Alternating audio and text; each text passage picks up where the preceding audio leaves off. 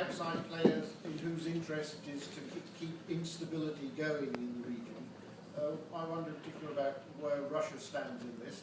Where is Israel in this, and how does it affect the upcoming election? Another big question. Sure.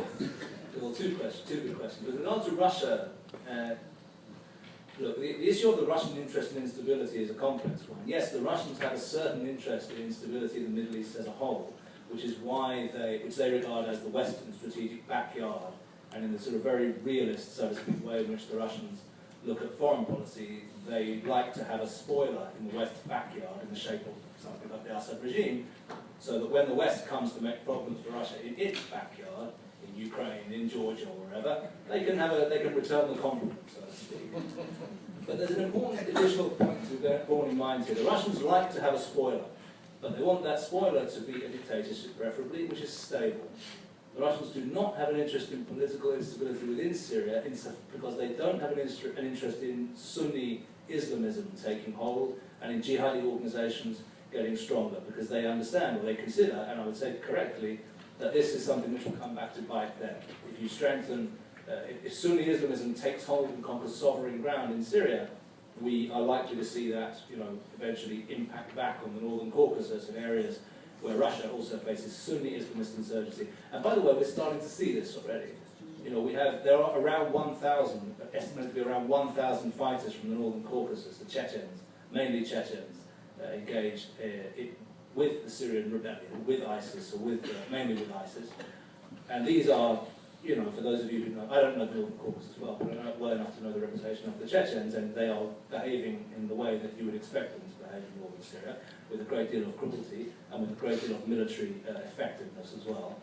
And that is now starting to funnel back into Chechnya itself. We've seen in recent weeks, renewed paramilitary action in Grozny. So the Russians are right to be concerned. So the answer is, with regard to the first part of your question, the Russians have an interest in instability in the sense they want a player they can activate.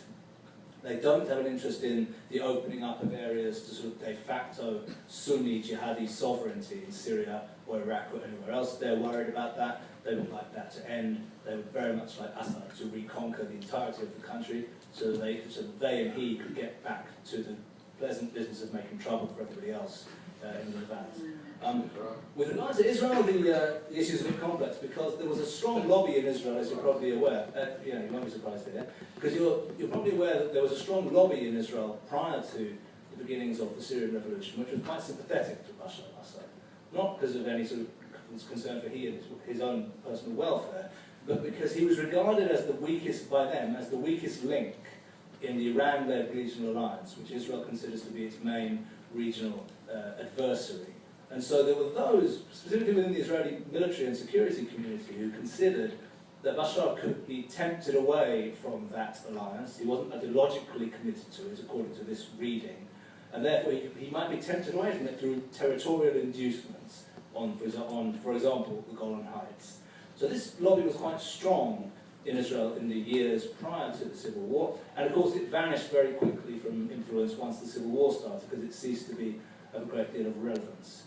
There was an alternative view which was quite sympathetic to the Syrian rebellion in Israel in the initial phase of its development, thinking that, well, at the end of the day, if Bashar falls, that will also be a great blow to the Iran-led regional alliance, and if what comes to replace him is some kind of Sunni Arab power, relatively weak power, maybe financed by the Gulfis, that would be much better than having a friend of the Iranians and Hezbollah in Syria. It will leave Hezbollah isolated in Lebanon. That would be a good outcome. That lobby also, I'm afraid, has to some degree been weakened by the events of the last year, because now it's become clear that the Syrian rebellion is a Sunni and jihadi rebellion. It's a much harder case to make that, well, it wouldn't be that bad if they took control of Damascus, what could possibly go wrong, and so on and so forth. As a consequence of that, I think nowadays this discussion has become a largely academic one in Israel. Israel has very clear tasks which it needs to fulfill with regard to the situation in Syria, and they are twofold. Firstly, it is to insulate and secure the border, the eastern border of the Golan Heights, the area of the Quneitra crossing. Quneitra province as a whole has now fallen into the hands of the Syrian rebels, which in practice means Jabhat al-Nusra, and that's very worrying for Israel. There is now increasing evidence emerging that Israel developed in the course of the last couple of years a pragmatic relationship with some of the non-Nusra rebels in Quneitra province, with the intention of keeping Nusra away from the border if the regime lost control of Quneitra. Unfortunately, that doesn't seem to have worked, because actually Nusra is now on the border. So the need to ensure the security of that border, to increase investment in that security, is paramount for Israel today. And the other paramount task which Israel has set itself is preventing the provision of dangerous or game-changing weapons systems from Syria to Hezbollah in the course of the war. And you'll be familiar with, I think, the 5 or 6 occasions on which apparent Israeli military action has been taken from the air to stop these weapons systems from heading westwards. There was another one yesterday. I don't know if you've seen the wire services.